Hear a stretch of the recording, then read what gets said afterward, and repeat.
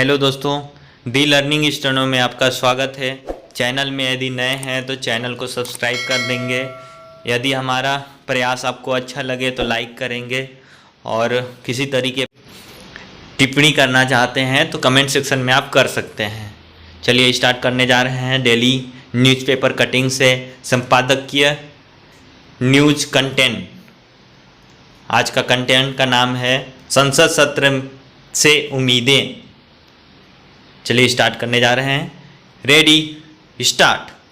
अगले सप्ताह से शुरू हो रहे संसद के मानसून सत्र की ओर देश की निगाहें केवल इसलिए नहीं रहेंगी क्योंकि कोरोना संकट खत्म होने के नाम नहीं ले रहा है, लेकिन इसलिए भी रहेगी कि लद्दाख में वास्तविक नियंत्रण रेखा पर युद्ध के बादल मंडराते दिख रहे हैं।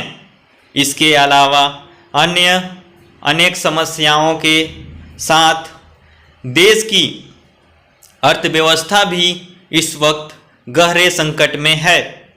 इसी कारण वर्तमान परिस्थितियों को सामान्य नहीं कहा जा सकता।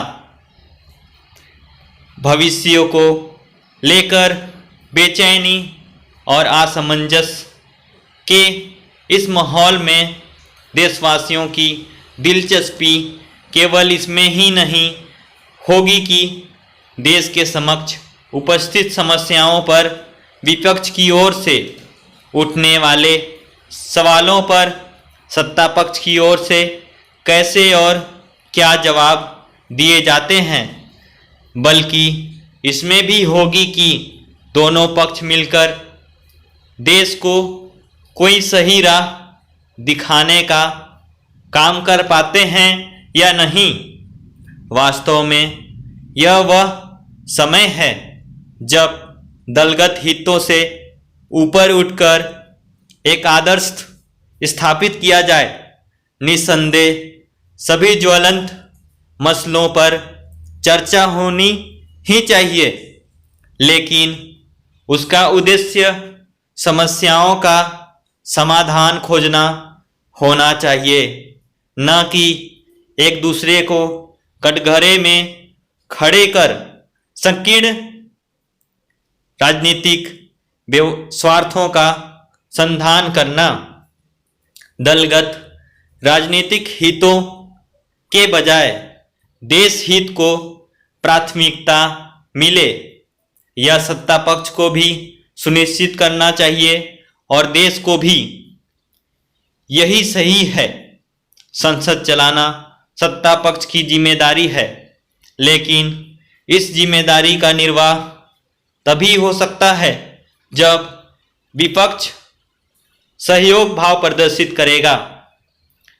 कोरोना संकट के कारण प्रश्नकाल स्थगित करने की घोषणा होते ही विपक्षी दलों ने जिस तरह असमान सिर पर उठा लिया, वह कोई शुभ संकेत नहीं।